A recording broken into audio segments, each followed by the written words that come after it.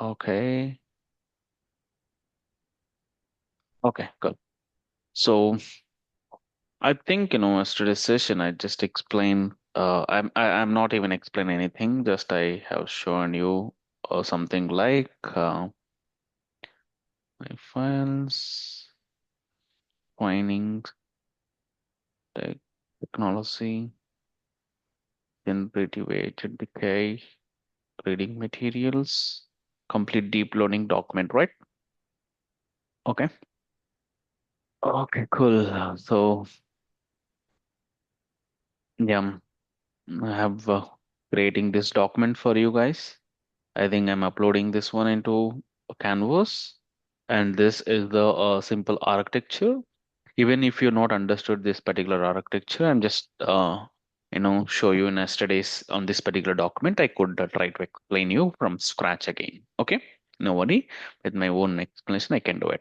But you need to remember that is four things you need to remember it. One is input layer and hidden layers and neurons and weights and biases and back propagation, some kind of gradient descent, this kind of terminologies you've seen it, right? Okay. And you can see activation function, there are different kind of activation functions are there, what is the use of these things, and everything we'll try to understand in this particular session. Okay. Okay, let me down. Yeah. So there could be, we have output layer as well. Generally in output layer, we could use it for us. We can use softmax and we can use sigmoid and various activation function also. Even output layer is also, it's a one kind of neuron only. Okay. See, my today's session is, you need to you need to be completely understand this particular architecture of the deep learning. Okay, whatever the page you can see on my top of my screen, and that everything we need to understand from the scratch. Okay, with my own explanation, I can try to explain it, and even if I miss anything, and you can grab the information from this particular place. Is it clear? Right? All right. Can I continue? Say yes or no. Yes. Okay. Let me open the whiteboard for a better explanation.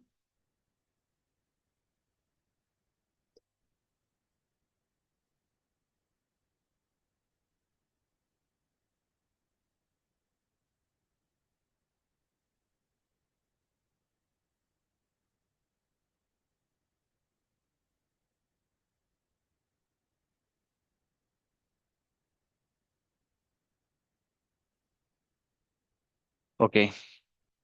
See, so this particular session is how neural networks will work. Okay, how the neural networks, and means neural networks. Okay, how the neural network it will works, and so that simply we can call it as the that exactly the architecture of the neural network or else deep learning. Clear? Okay. See, let me take in some example, and you have some data. You have some data set. You know what exactly the data set, right? Data set means you have some kind of tabular kind of thing, and let me take it. This is my tabular data, and this is my input one and x1, and this is my input 2 x2, and this is my y. Okay, for x1 you have some values, right? For example, 2 and 4, and x2 which might be 6, and it might be 10. Okay, and coming to the y, it might be 12, or it might be 40, something like this. You have this kind of data set.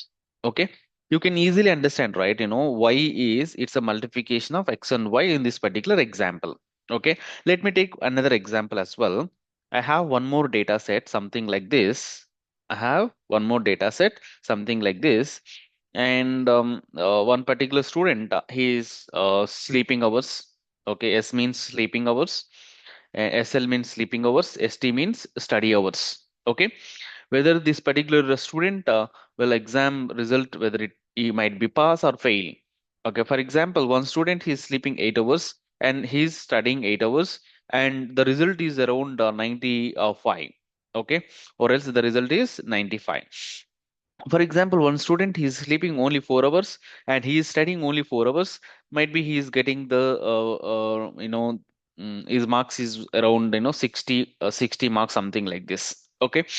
See, this is kind of information whatever you have in tabular format, that things we can call it as the data sets. Is there any question? This particular data sets, it might be commonly available in different file formats. It might be CSV files, or it might be Excel files, or it might be database files, okay, database tables, or it might be text files. It could be anything, even PDF, whatever it is. Okay. Generally, if the data is available in tabular format, it might be in a CSV, Excel, database, or JSON kind of stuff. Any questions, guys, regarding about the understanding of the data set? Data set means it might containing some kind of meaningful information in a tabular format. Is it clear? Any questions? No, sir. Okay. Okay. Why I explain this one? Because most of the time I may use the word is data set. Okay. So generally these data sets you can collect from the different sources from the Kaggle or whatever it is. So based upon the your problem statement. For example, if you want to solve any problem, if you want to solve any problem, if you want to be solve any problem, okay, definitely you must require data. You must require the data.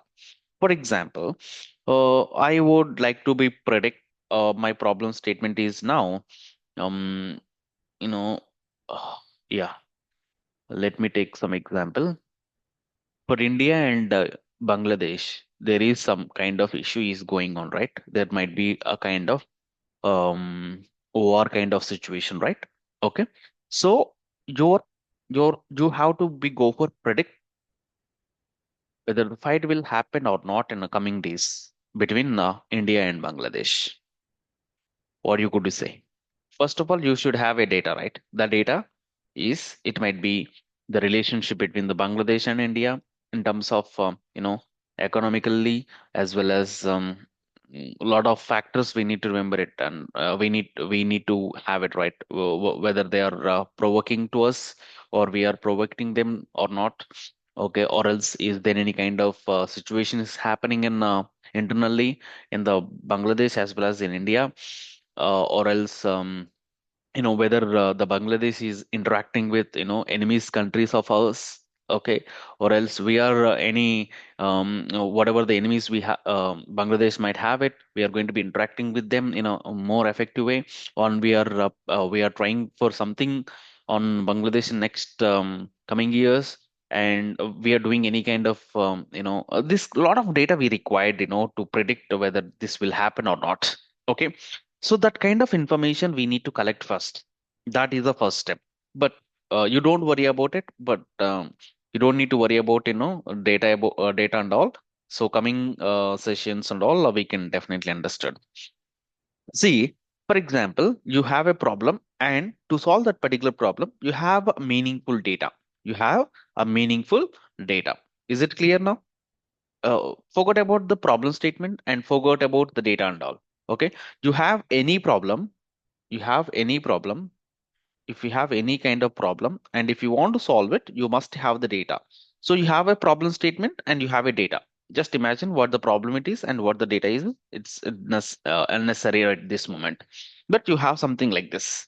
Any questions, guys? So for example, I have x1 is one feature, x2 is one feature, and y is my output variable.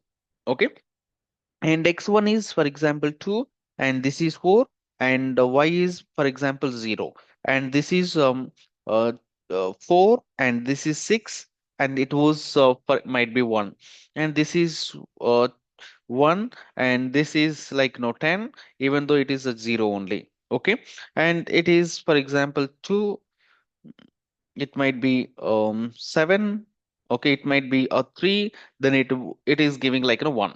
I have a something like this, I have a data something like this. Okay, how the deep learning is working, I could try to explain it actually. Okay, see here, how many inputs are there? Just tell me how many inputs are there. X1 and x2 is my inputs, so that I'm taking the two input neurons. This is my x1. I can provide you this particular x1, and this is my x2. Okay, is it clear or not? This is my first layer is input layer.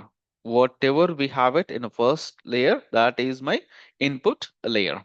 Okay, for input layer, it is taking the inputs from this particular data set.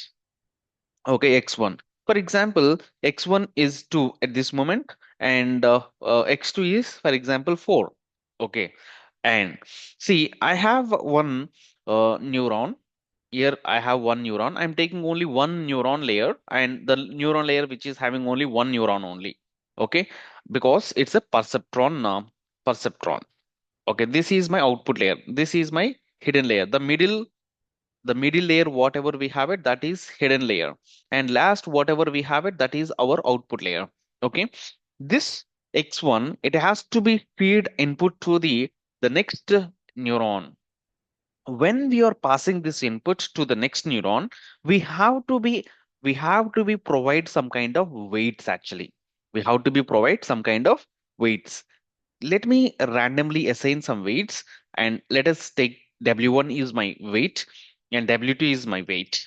Okay, so in this particular neuron, so the neuron layer, we have neuron. The neuron, it will be taking the inputs along with the weight.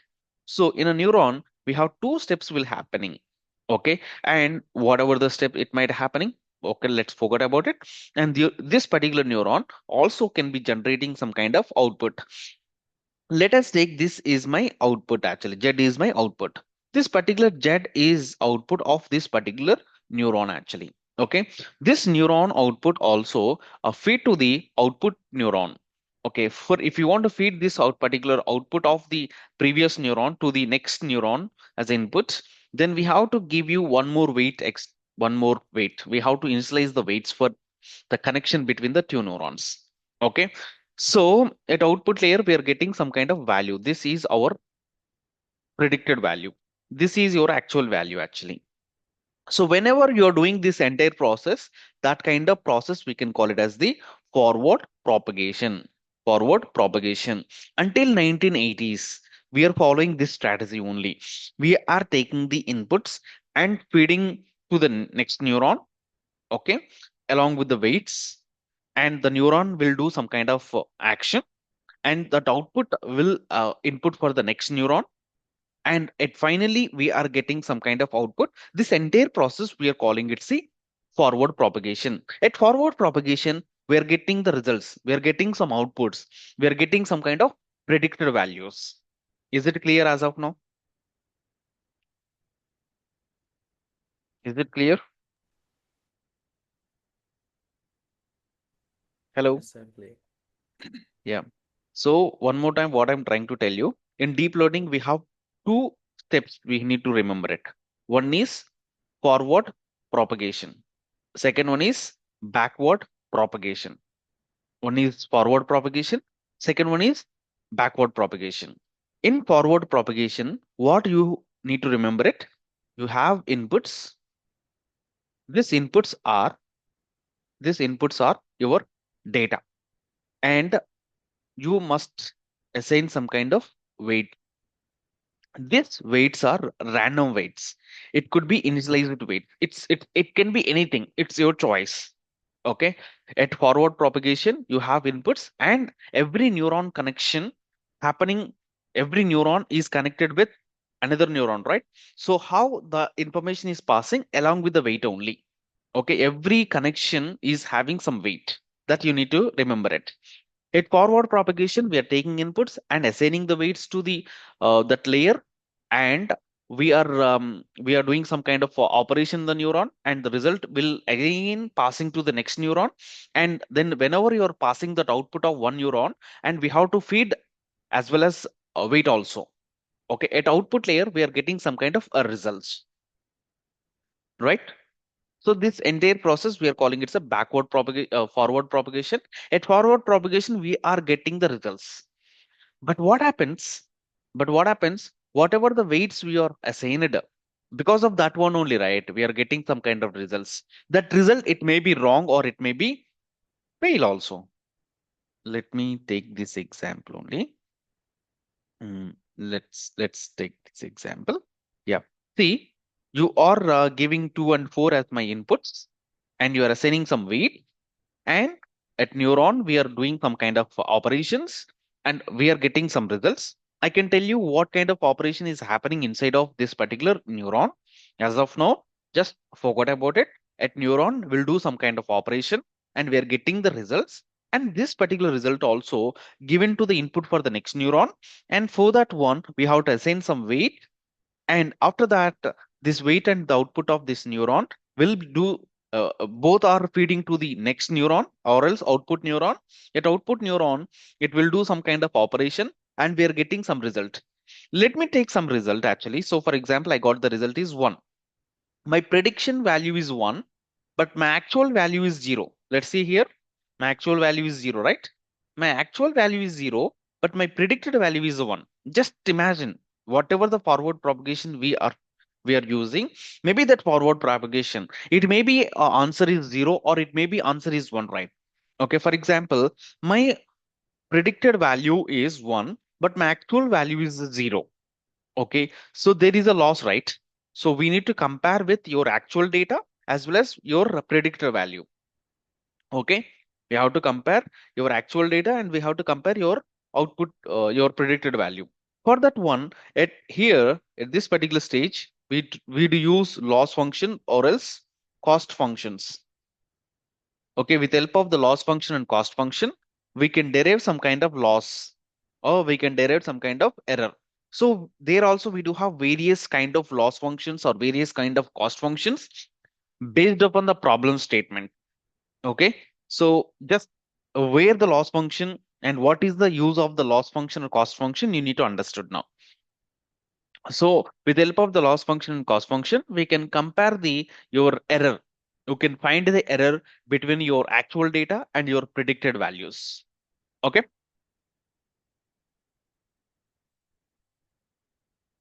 Our aim is that we need to reduce. Our aim is that we need to reduce the loss because here your actual value is 0, but your predicted as 1. The loss is the loss is, for example, the loss function is actual minus predicted whole square. This is the loss function. So 0 minus 1, it's a minus 1. Minus 1 whole square, it's a minus 1. Loss is, if it is close to 1, if the loss is close to 1, that means error is very high. If the loss is close to 0, error is less. Okay.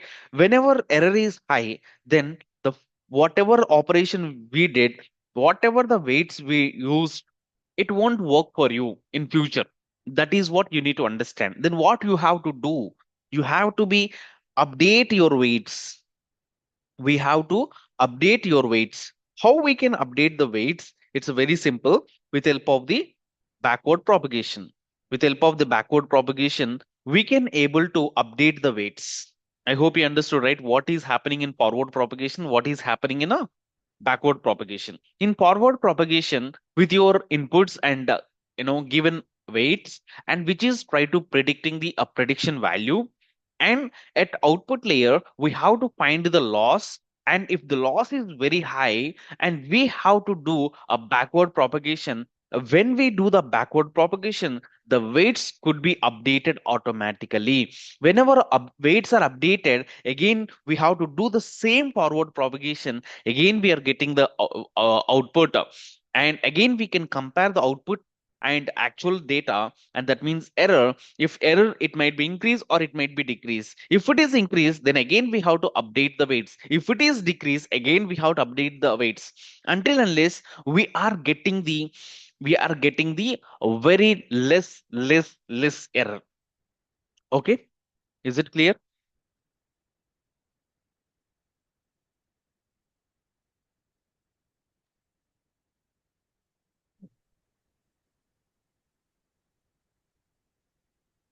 Hello. Yeah. Yeah, theoretically that's fine. And so let's see when we start with the. Um, Practically, it's a one line statement. Okay. yeah. Yeah, practically, when when we use PyTorch and TensorFlow libraries, and with 2 3 lines of code only, this entire process will happening. Okay, Mhm, clear? mhm. Okay. So that I know, but we need to understand, right, how those code is working, what is happening in the background, because we won't do this all things, our own stuff actually, because it's a very tough. Because I'm just showing you only 2 3 examples only. But when you're feeding the data, it is required large amount of data, right? Okay, when you're training deep learning models, then we required large amount of data. We can't do everything, bits and pieces, right? So we do Mhm. have a frameworks, PyTorch and TensorFlow. We are going to be using that particular frameworks from the Python, and then we can able to build this particular architecture. Okay. Okay, cool. Okay. So here we need to update the weights, right? How the weights could be updated? There is a standard formula. So when you are updating the weight, when we are updating the weight, that means your new weight, that new weight which is getting from the old weight itself, your previous weight, and there we do have learning rate. This one is like, learning rate.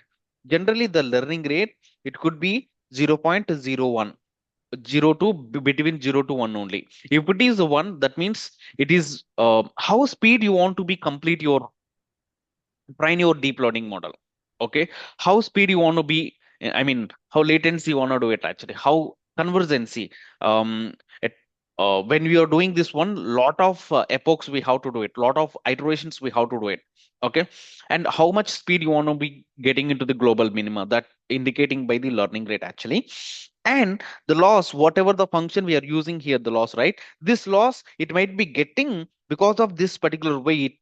So that derivative of the loss with respect to of the derivative of the old weight, this is the standard formula to calculating the weights.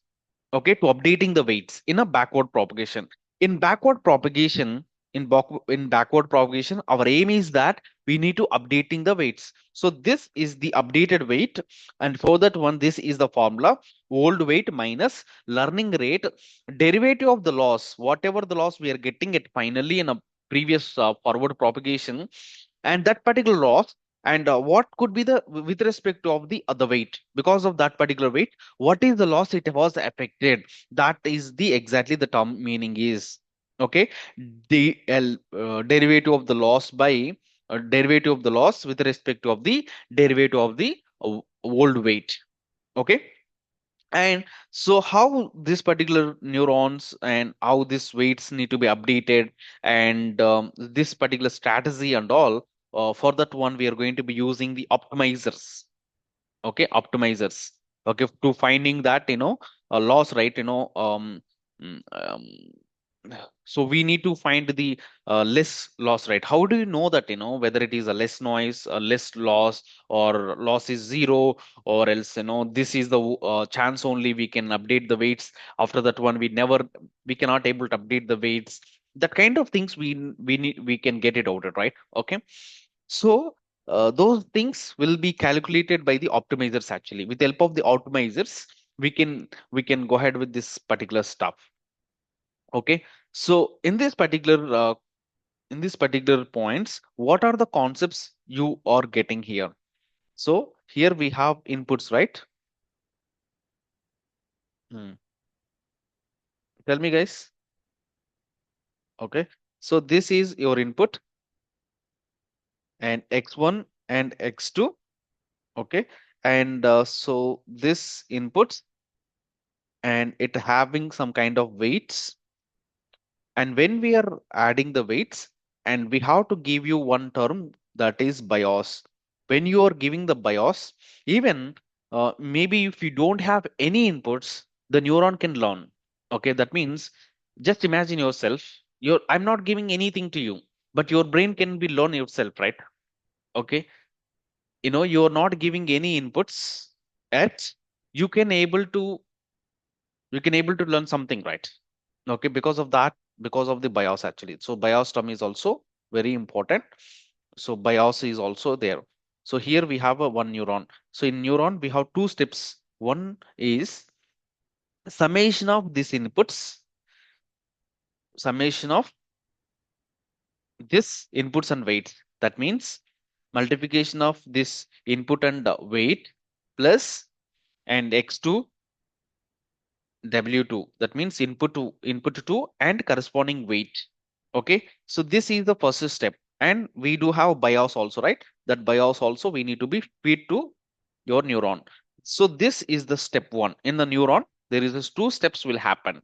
One is one is multiplying input and corresponding weights and summation of all this kind of stuff along with the BIOS. This is the step number one. Step number two, this entire thing we can represent it as the one terminology, that is Z. Okay, Z equal to x1 into w1 plus x2 into w2 plus BIOS, something like this. This is the first step. In the second step, what happening? So we are going to be applying the activation function. Activation function, activation of Z. So we do have various activation functions are there based upon the problem statement. We do have various activation functions are there. Let us consider sigmoid is one activation function, relu is one activation function, liku relu is one activation function, softmax is one activation function. Okay, like tanh is one activation function. Different kind of activation functions are there. I can explain you all the activation functions, but in a neuron we have two stages. In step number one, we are multiplying the inputs and corresponding weights and summation of multiplying these inputs and weights along with the BIOS. This entire term we are giving to the activation function in the second step. So in the second step, we can use different kind of activation function based upon the problem statements. Okay. And whenever you're giving this entire term to your activation function, it could be produce some kind of output. This output only we are feeding to our output neuron. In output neuron also again we have weights and this output we are feeding to your output neuron, and in this particular step multiplying output and weight, and this one we are given to the activation function, and this particular activation function produce some kind of output. So this is the output, is your predicted output. At backward propagation we are going to be updating the weights. Okay. And at output, whether your output is correct output or not, that we can able to identify with help of the loss function. We have various loss functions are there. Okay. And with help of the loss function we can identify, we can compare the inputs and outputs, and if the loss is less, that means your forward propagation is working fine, even though, and we have to be find the less loss. That is the reason we are going to be using the optimizers, gradient descent, stochastic gradient descents, okay, RMS prompt, okay, different kind of things we can use it. At backward propagation, we are going to be updating the weights because to reduce the loss with help of the optimizers. Okay, so this is overall architecture of the deep learning. Clear? Any questions? Anybody?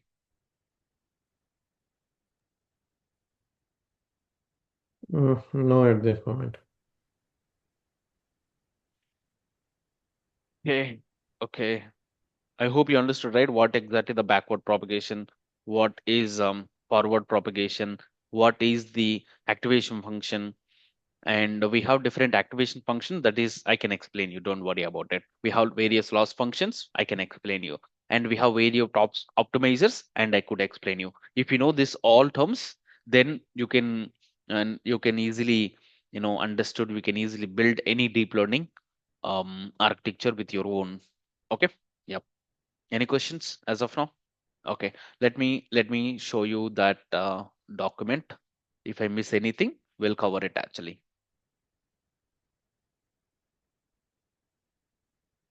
See, anybody, can you please read it? And if I miss anything, as of now, I just taken only one example, one perceptron. Perceptron means we have only one hidden layer and we have only one neuron. Because of that, we can call it as a perceptron. But neural network means we do have multiple neural network, multiple hidden layers. More than four hidden layers are there. Each hidden layer, it might be consisting multiple neurons. Okay, in neuron, we do have only two functionalities. One is summation, and second one is activation. And at loss function, we can calculating the error. At backward propagation, we are updating the weights. Again, we are doing the same process until unless we are getting the zero loss, high performance. Okay. Yeah. So can you go through this document in I just give you 2 minutes of time and go through this thing I have a in question. yeah. Good, good. Go ahead. So the multiple hidden layers depends on the size of the data we use. Sorry, sorry, sorry. The multiple hidden layers. Yeah. So does it depend on the size of the data we use? It How could big the be. data is? It can Okay. be anything, even terabytes, Mm-hmm. gigabytes of data also we could use it. I just share you only perceptron example. Here we have Mm-hmm. input layer. Here we have only five inputs, right? Okay. If we have 1,000 inputs, you can. And even if you have five inputs or 10 inputs or 20 inputs, you can use 1,000 number of neurons. You can use 10,000 number of neurons. How complex you want to build your neural network, it's up to you. Okay. But generally, what happening, if we have five inputs, then we can go ahead with the 5 to 10 double double the neurons on each neuron, each layer, each hidden layer we can use only um and double the inputs or something like that. It's up to you actually how many neurons. That is all we can do. We can calculate it with help of the hyperparameter tuning. Okay, cross validation. So it's kind of permutations and combinations. We don't know this many neurons only we should use it, only we should use this many hidden layers only. So nothing like that actually. It's a keep experimentation we have to do it. Okay, until we are Okay. getting the correct things and all. That is where researchers are working, right? That is because of the transformers are there.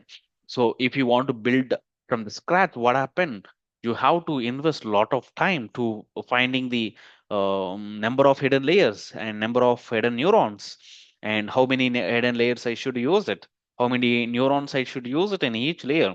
And so that all is experimentation, permutations and combinations. That is where the researchers are wasting too much of time, or else engineers are wasting too much of time. So that is where fine tuning or hyperparameter tuning, or else that is where we are going to be using transformers or existing transformers and all. Okay. Yeah. Is it clear? It's I cannot Yeah. say that Thank you. the exact count. It could be vary. It could be anything.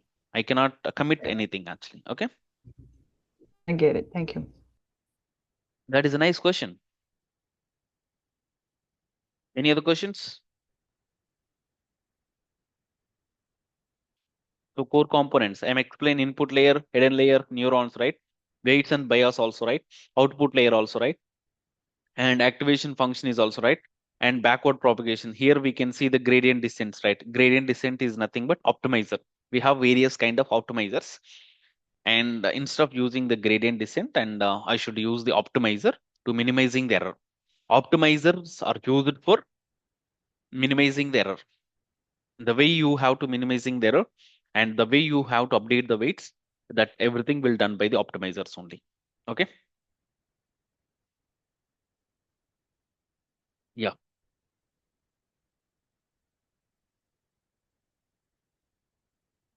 Okay, we have different kind of networks also there. I'm not teaching these things at this particular moment.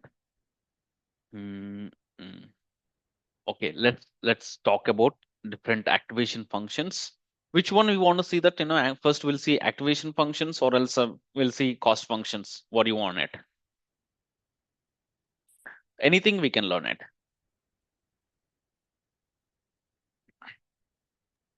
Are those are independent or do they have any correlation? Um, See, it's the total depends upon the problem statement. For example, if you want to solving the numerical kind of problems, like a regression kind of problems, then we should use different activation functions, and we should use different loss functions. Yes, of course, there could be some kind of dependency based upon the problem statement. So that is the Okay. reason what I would try to tell you, I would segregating the problem statements are two types as of now. One is for regression based problems, okay, and second one is classification based problems. So regression based problems in the sense, my output variable, it might be a number. My output variable, it could be a number. But when coming to the classification problem, output variable, it could be a binary data, yes or no kind of thing. Okay, is it clear? 0 and 1, yes or no, true or false. For example, today's weather is cool, whether we'll get the rain or not. So there we have only two options. We'll get rain or we may not get the rain, right? Okay. And Mm-hmm. if I ask the question, what could be the today's temperature in centigrades? You might be give some kind of answer, something like in a number, right? That particular situation, we should use the regression kind of problems. Okay. So when number is involving, then regression. When binary kind of thing, when it is involving, then it could be the classification. For regressions, we could use different regression supported activation functions. And for classification, for supporting classification problems, we could use the different classification functions. Okay, clear? Okay. Yep. Okay, that's for today's session. Hopefully you enjoyed it. And what we do tomorrow's session, I would talk about the activation functions and even loss functions and one optimizer. Okay, and one activation, I could try to explain all activation function. I could try to explain all cost functions, and one optimizer or else two optimizers, and then we can start building the one end-to-end flow using Python and PyTorch and TensorFlow and Keras frameworks. And those things we can try to execute on the AWS SageMaker. Anybody is having the AWS account? Yeah, I have. Is it is it Yeah, free I or do have.